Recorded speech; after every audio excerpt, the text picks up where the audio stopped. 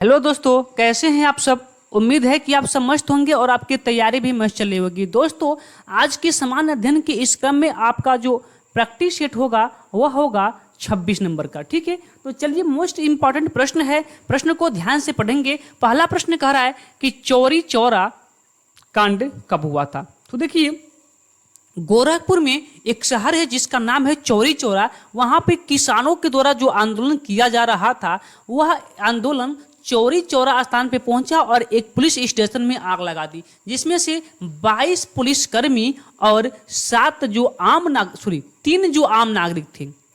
22 पुलिसकर्मी और 3 आम नागरिक जलकर मौत हो जाती है। इन टोटल कितने लोगों का? 25 लोगों का, जिसमें से 22 क्या है पुलिसकर्मी है और 3 क्या है आम जनता है। तो कब हुआ था? 1922 में। ऑप्शन नंबर ए आपका सही उत्तर हो जाएगा। अब डेट भी आपसे पूछ सकता है, तो डेट भी याद रखेंगे, 4 फरवरी। कौन सा डेट?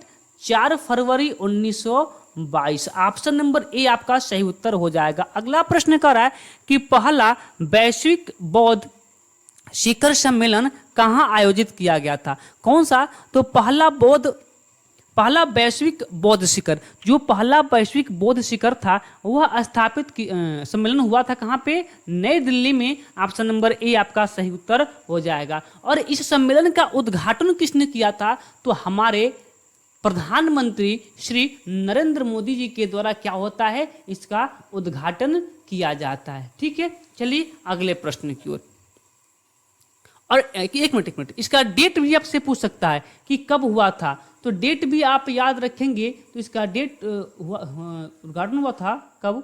20 से 21 अप्रैल। हाँ, अप्रैल। ठीक है, अप्रैल 2023 को होता है। ठीक है, चलिए अगले प्रश्न की ओर। अगला प्रश्न कर रहा है कि निम्न में से कौन से पुष्प और बीज धारण करने वाले पौधे, अर्थात जो पुष्पोद्भिद, जिसको इंग्लिश में कहते हैं फैंड्रोगैम। ठीक है, तो कौन सा पुष्प और बीज धारण करने वाले पौधे हैं? तो वह है आपका कौन सा? ब्रायोफाइटा। ऑप्शन नंबर ए आपका सही उत्तर हो जाएगा। अगला प्रश्न कर रहा है कि भारत किस देश के साथ सबसे लंबी सीमा साझा करता है? तो आपको पता होना चाहिए कि जो तीसरा प्रश्न छूट गया क्या? 1 मिनट में देख लूँ। नहीं, ठीक है, हो गया। तो कह रहा है कि किस देश के साथ सबसे लंबी सीमा साझा करता है? तो आपको पता होना चाहिए कि जो सबसे लंबी सीमा साझा करता है वह करता है किसके द्वारा? बांग्लादेश के द्वारा। कितना किलोमीटर? तो 4096 किलोमीटर। 4096 किलोमीटर। साथ ही यह बात आपको यह भी पता होना चाहिए कि सबसे कम सीमा साझा किस देश के साथ करता है? तो जो सबसे कम सीमा साझा करता है वह करता है किसके साथ? अफगानिस्तान के साथ। किसके साथ? अफगानिस्तान के साथ। कितना किलोमीटर? तो 106 या 7 किलोमीटर के आसपास अपनी सीमा साझा करता है। अगले प्रश्न की ओर चलते हैं। अगला प्रश्न कर रहा है कि जमी हुई गैस, चट्टान और धूल के ब्रह्मंडलीय हिमगोले जो सूर्य की परिक्रमा करते हैं कहलाते हैं। तो वह कहलाता है आपका क्या? धूमकेतु। ऑप्शन नंबर डी आपका सही उत्तर हो जाएगा। अगला प्रश्न कह रहा है कि भारत में जनगणना अधिनियम के प्रावधानों के तहत जनगणना की जाती है। यानी कि जनगणना अधिनियम कब का है, यही पूछ रहा है। तो जो आपका जनगणना अधिनियम है वह कब का है? 1948 है, 48 का है। इसी के प्रावधान के अनुसार क्या किया जाता है? जनगणना की जाती है। एक बात मैं और आपसे पूछना चाहता हूं कि जो आपका जनगणना है और भारतीय संविधान के किस अनुच्छेद के तहत कराई जाती है? तो भारतीय संविधान का जो आर्टिकल 246 है, 246 है, इसी में कहा गया है कि जो जनगणना है यह संघ सूची का विषय है। संघ सूची का विषय है, यानी कि जनगणना कराने का दायित्व केंद्र सरकार को है, न कि राज्य सरकार को है। अगला प्रश्न देखिएगा, कह रहा है कि निम्न में से कौन सा अनुष्ठान भारत के त्रिपुरा में पृथ्वी की सफाई के साथ साथ 14 देवताओं की पूजा करने से संबंधित है? मोस्ट इंपॉर्टेंट है। देखिए क्या पूछा है कि निम्नलिखित में से कौन सा अनुष्ठान भारत के त्रिपुरा में पृथ्वी की सफाई के साथ साथ 14 देवताओं की पूजा करने से संबंधित है? तो वह संबंधित आपका कौन सा? खारची पूजा। ऑप्शन नंबर ए आपका क्या हो जाएगा, सही उत्तर हो जाएगा। ठीक है, चलिए अगला प्रश्न कह रहा है, अगला प्रश्न कह रहा है कि निम्नलिखित में से कौन सा विटामिन देखने की क्षमता में एक अहम भूमिका निभाता है। तो ये तो प्रश्न सबको पता है कि विटामिन कौन सा, ए, विटामिन ए। अब मुझे एक बात बताइएगा, विटामिन ए का वैज्ञानिक नाम क्या है, मैं आपसे पूछना चाहता हूं। ये आज का आपका पहला प्रश्न है। ठीक है, चलिए अगले प्रश्न की ओर चलते हैं। प्रश्न नंबर 9 की ओर कर रहा है कि कपास उगाने के लिए कितने पाला रहित दिनों की आवश्यकता होती है, यानी कि कपास उगाने के लिए कितने दिन तक पाला होना क्या है, आवश्यक है। तो उसके लिए आपको आवश्यक होता है 210 दिन के आसपास। ठीक है, 200 दिन के आसपास, यानी कि 210 आपका क्या हो जाएगा, सही उत्तर हो जाएगा। ठीक है, आप मुझे एक बात बताइए कि जो कपास है वो रबी की फसल है या फिर खरीफ की फसल है या फिर जायद की फसल है। तो मैं आपको बता दूं कि जो आपका कपास है वो आपका खरीफ का फसल है। कौन सा फसल है, खरीफ का फसल है। ठीक है, चलिए अगले प्रश्न की ओर। अगला प्रश्न कराए कि द व्हाइट टाइगर नामक पुस्तक के लेखक कौन है। थोड़ा सा मैं आपको जूम आउट करता हूं ताकि आपको दिखाई देगा। एक मिनट, दिखाई दे रहा होगा, अभी शायद नहीं दिखाई दे रहा होगा, कोई दिक्कत नहीं, एक मिनट। ये प्रश्न थोड़ा सा आपका गलत प्रश्न सेट हो गया। ठीक है, 2 प्रश्न का एक ही में समावेश कर दिया गया, कोई बात नहीं, इसको आप भूल जाएंगे। ठीक है, मैं जूम इन ही करता हूं, हाँ, यहां से आप भूल जाएंगे। ठीक है, यहां से आप भूल जाएंगे, ये आपका गलती से आ गया है, इसके लिए माफी चाहते हैं। ठीक है, तो द व्हाइट टाइगर नामक पुस्तक के लेखक कौन है, तो द व्हाइट टाइगर नामक पुस्तक के लेखक कौन, अरविंद अडिगाम।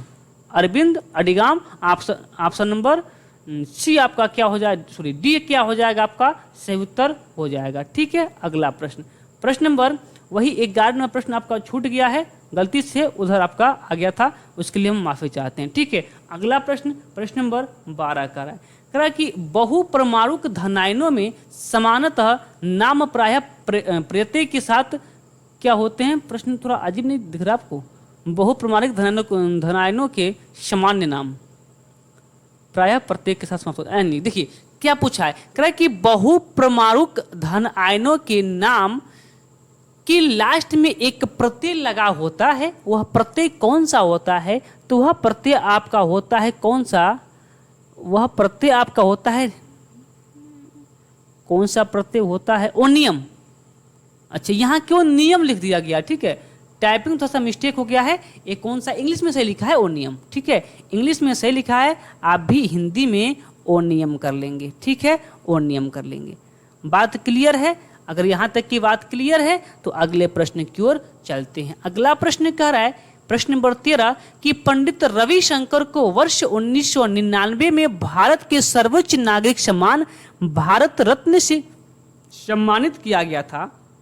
वह निम्नलिखित में से किस वाद्य यंत्र के वादक थे। पंडित रविशंकर, तो कौन नहीं जानता है पंडित रविशंकर को, कितना इंपॉर्टेंट नाम है पंडित रविशंकर का। तो रविशंकर जो वादक थे वह थे सितार का। ऑप्शन नंबर डी आपका सही उत्तर हो जाएगा। ठीक है, चलिए अगले प्रश्न की ओर। अगला प्रश्न करा कि भारतीय संविधान में एकल नागरिकता की विशेषता किस देश के संविधान से लिया गया है। तो जो एकल नागरिकता की विशेषता है वो हमारे संविधान में ब्रिटेन के संविधान के से लिया गया है। ऑप्शन नंबर डी आपका सही उत्तर हो जाएगा। अगला प्रश्न कराए कि 1857 के विद्रोह के बाद किस मुगल शासक का अंग्रेजों ने तख्ता पलटकर उसे बर्मा में निर्वासन के लिए भेज दिया गया था। बर्मा की राजधानी पहले कहाँ थी, रंगून थी। ठीक है, रंगून में उसको भेज दिया गया। वो कौन था, बहादुर शाह जफर।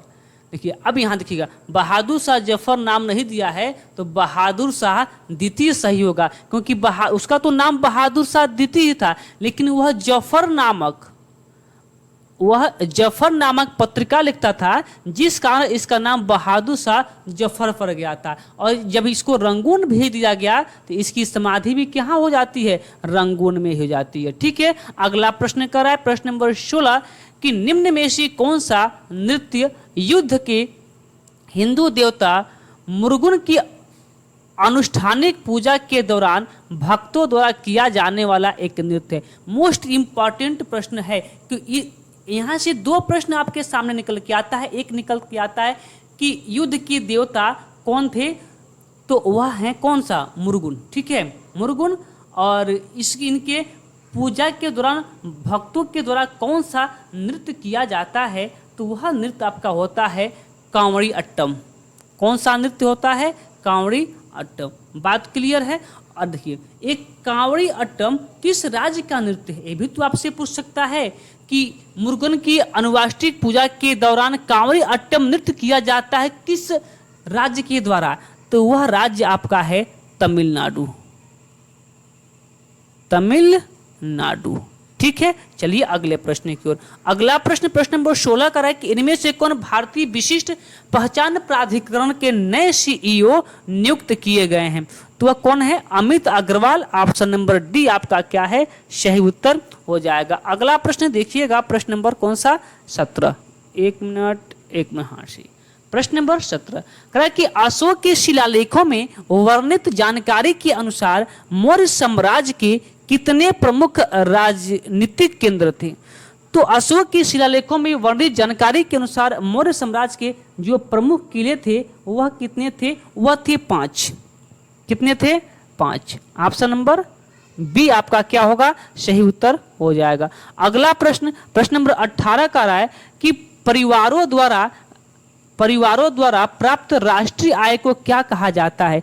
तो जो राष्ट्रीय आय परिवार के द्वारा प्राप्त होता है उसे कहा जाता है व्यक्तिगत आय। ऑप्शन नंबर बी आपका सही उत्तर हो जाएगा। ठीक है, चलिए अगले प्रश्न की ओर। अगला प्रश्न, प्रश्न नंबर कौन सा, 20 कह कि निम्नलिखित में से किसी दुनिया भर में भरतनाट्यम की सामग्री के रूप में जाना जाता है, तो कौन है, सामग्री के रूप में किसे जाना जाता है, तो वह करें बाला सरस्वती। कौन, बाला सरस्वती। ऑप्शन नंबर डी आपका क्या हो जाएगा, सही उत्तर हो जाएगा। ठीक है, ऑप्शन नंबर डी। अगला प्रश्न कर रहा है प्रश्न नंबर 21। प्रश्न नंबर 21 कह रहा है कि किशोर न्याय संशोधन विधेयक 2021 किशोर न्याय अधिनियम यानी कि किशोर न्याय अधिनियम में संशोधन करना चाहता है। यानी कि आपसे सिर्फ प्रश्न ये पूछना चाहता है कि किशोर न्याय अधिनियम कब का है। तो किशोर न्याय अधिनियम कब का है, तो वह आपका है 2015 का। ऑप्शन नंबर सी आपका क्या है, सही उत्तर हो जाएगा। अगला प्रश्न देखिएगा, प्रश्न नंबर आपका 22 कह कि इनमें से कौन सी नदी बंगाल की खाड़ी में नहीं गिरती है। तो कौन सी नदी बंगाल की खाड़ी में नहीं गिरती है, तो वह है ताप्ती। कौन सा, ताप्ती। यमुना, महानदी, कृष्णा ये बंगाल की खाड़ी में गिरती है, लेकिन जो ताप्ती है वह बंगाल की खाड़ी में नहीं गिरती है। तो कहाँ गिरती है, पिछले क्लास में आपको हमने बता रखा है कहाँ पे, तो ये गिरती है खंभात की खाड़ी में। कहाँ पे, खंभात की खाड़ी में। ठीक है, चलिए अगला प्रश्न। अगला प्रश्न कर रहा है कि निम्नलिखित में कौन सा प्रसिद्ध मंदिर असम में स्थित है। मोस्ट इंपॉर्टेंट प्रश्न, मोस्ट इंपॉर्टेंट प्रश्न देखिएगा। जो असम में स्थित मंदिर है वह आपका है कौन सा, कामाख्या मंदिर। कहाँ पे, कामाख्या मंदिर। ऑप्शन नंबर सी आपका सही उत्तर हो जाएगा। और एक कामाख्या मंदिर असम में भी कहाँ पर है, तो असम के अंदर आप जाएंगे कहाँ पे, गुवाहाटी में। तो यहीं पे क्या मिलेगा आपको, कामाख्या देवी का मंदिर मिलेगा। ठीक है, यहाँ तक किसी को कोई दिक्कत नहीं है। अगले प्रश्न की ओर चलते हैं। अगला प्रश्न कह रहा है कि भारत के राष्ट्रपति द्वारा अधिकतम सदस्यों को राज्यसभा में बनने के लिए मनोनीत किया जा सकता है। यानी कि आपसे प्रश्न करा है कि भारत के राष्ट्रपति राज्यसभा में कितने सदस्यों को मनोनीत कर सकते हैं, तो वह कर सकते हैं कितने, 12 को। ऑप्शन नंबर ए आपका सही उत्तर हो जाएगा। अगला प्रश्न कर रहा है कि निम्नलिखित में से किस स्वतंत्रता सेनानी ने प्रसिद्ध नारा तुम मुझे खून दो मैं तुम्हें आज़ादी दूंगा दिया था। तो तुम मुझे खून दो मैं तुम्हें आज़ादी दूंगा, यह नारा दिया था किसने, सुभाष चंद्र बोस ने। किसने, सुभाष चंद्र बोस ने। ठीक है, चलिए एक बात और, लाल बहादुर शास्त्री को नारा दिए थे, लाल बहादुर शास्त्री। तो लाल बहादुर शास्त्री का एक मोस्ट इम्पॉर्टेंट नारा था, वह क्या था, जय जवान जय किसान, जय जवान जय किसान, ये भी याद रखेंगे। पूर्ण स्वराज किसका था नारा, पूर्ण स्वराज, तो वह था जवाहरलाल नेहरू का। ठीक है, अगला प्रश्न कह रहा है कि राष्ट्रीय पारिवारिक लाभ योजना भारत सरकार द्वारा अगस्त कितना में शुरू हुआ। यानी कि आपसे प्रश्न ये पूछना चाहता है कि राष्ट्रीय पारिवारिक लाभ योजना जो भारत सरकार की योजना है वह कब शुरुआत होती है, तो वह शुरुआत होती है अगस्त 1995 में। ऑप्शन नंबर ए आपका सही उत्तर हो जाएगा। ठीक है, अगला प्रश्न, प्रश्न नंबर 27 कराए कि वर्ष 2023 में राष्ट्रीय संस्थान रैंकिंग फ्रेमवर्क में किसे ओवरऑल रैंकिंग में पहला स्थान मिला था। तो जो फ्रेमवर्क में पहले स्थान पे है, जो भी 2023 के राष्ट्रीय संस्थान में जो फ्रेमवर्क में पहले स्थान पे है वह आपका कौन सा, आईआईटी मद्रास। कौन सा है, IIT Madras. Option number B आपका सही उत्तर हो जाएगा। लेकिन दूसरा स्थान किसको मिला, दूसरा स्थान मिला है आपका आईआईटी बेंगलुरु को।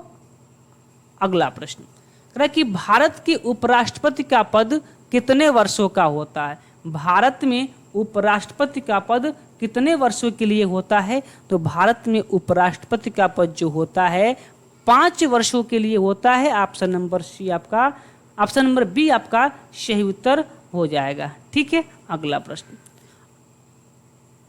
प्रश्न नंबर 28 का है कि किस प्रकार के घर्षण को स्वयं समायोजन बल माना जाता है। किस प्रकार के घर्षण को स्वयं समायोजन बल माना जाता है, तो हम माना जाता है किसको, स्थैतिक घर्षण को। ऑप्शन नंबर डी आपका सही उत्तर हो जाएगा। अगला प्रश्न कराए, देखिए मोस्ट इंपॉर्टेंट नाम, मोस्ट इंपॉर्टेंट नाम याद रखेंगे। कह कि पंडित लच्छू महाराज का संबंध मुख्य रूप से निम्नलिखित में से किस नृत्य से था। तो जो लच्छू महाराज थे उनका नृत्य था कौन सा, कथक। कथक कहाँ का है, उत्तर प्रदेश का। लच्छू महाराज के साथ साथ आप किसका नाम याद रखेंगे, बिरजू महाराज का। ठीक है, किसका, बिरजू महाराज का। ठीक है, चलिए अगले प्रश्न की ओर चलते हैं। कह कि निम्न में से उत्तर प्रदेश के किस जनपद में कलिंजर का किला है। कालिंजर का किला, तो कालिंजर का किला कहाँ पे है, सबको पता है कहाँ पे है, बादा में है। ठीक है, बादा में। ऑप्शन नंबर बी आपका सही उत्तर। अगला प्रश्न कर रहा है कि उत्तर प्रदेश में चमड़ा उद्योग के प्रमुख केंद्र है। देखिए अगर आज यूपी जीके का आज का ही क्लास, यदि यूपी जीके का आज का ही क्लास यदि आप लोग देखे होंगे ना, तो ये प्रश्न तो आपको बिल्कुल हो जाएगा बिना किसी टेंशन का। तो उत्तर प्रदेश में चमड़ा उद्योग के प्रमुख केंद्र कौन कौन से हैं, आगरा और कानपुर। ऑप्शन नंबर ए आपका सही उत्तर हो जाएगा। अगला कहा कि उत्तर प्रदेश में राज्य पर्यटन विकास निगम लिमिटेड की स्थापना की गई थी। तो उत्तर प्रदेश में राज्य पर्यटन विकास निगम लिमिटेड की जो स्थापना किया गया था वह किया गया था 1974 में। ऑप्शन नंबर ए आपका क्या हो जाएगा, सही उत्तर हो जाएगा। अगला प्रश्न कराए कि निम्न में से कौन गलत युग्म है। देखिए आज का ही क्लास पढ़े होते तो बिल्कुल सही हो जाता। तो कौन सा गलत है, तो गलत कौन सा है ध्यान देंगे। कह रहा है कि कन्नौज इत्र एवं तिल, तो कन्नौज को इत्र नगरी कहा जाता है, मिर्जापुर कालीन। ठीक है, देखिए फिर आगे चलते हैं। मुरादाबाद पीतल के बर्तन, ये तो सही है ना। मुरादाबाद को पीतल की नगरी कहा जाता है, आगरा चाकू और कैंची के लिए। लेकिन कालीन के लिए मिर्जापुर नहीं होता है, कालीन के लिए क्या होता है, भदोही होता है। तो कौन गलत है, ऑप्शन नंबर बी गलत होगा और यही आपका सही उत्तर हो जाएगा। ठीक है, चलिए अगला प्रश्न नंबर 35 का आपसे कि निम्नलिखित में कौन सा युग्म सही सुमेलित है। कौन सा युग्म सही सुमेलित है, ध्यान दीजिए। सही सुमेलित यानी कि दिया है कि जनजाति और उसका निवास स्थान, कि कौन सी जनजाति कहाँ पे निवास करती है। देखिए जो बुक्सा है वो तो बिजनौर में निवास करती है, आप सभी को पता है, ठीक है। जो भोटिया है तो वह कहाँ पे, तो भोटिया आपका निवास करती है कहाँ पे, पहले तो इसका ऑप्शन देखिए कौन सही है, तो सही कौन सा हो गया, बी। तो भोटिया जो जनजाति है वो बाराबंकी में नहीं निवास करती है, जो आपका भोटिया जनजाति है वो आपका उत्तराखंड में निवास करती है, यूके मैं लिखता हूँ शॉर्टकट में, ठीक है, यूके में निवास करती है।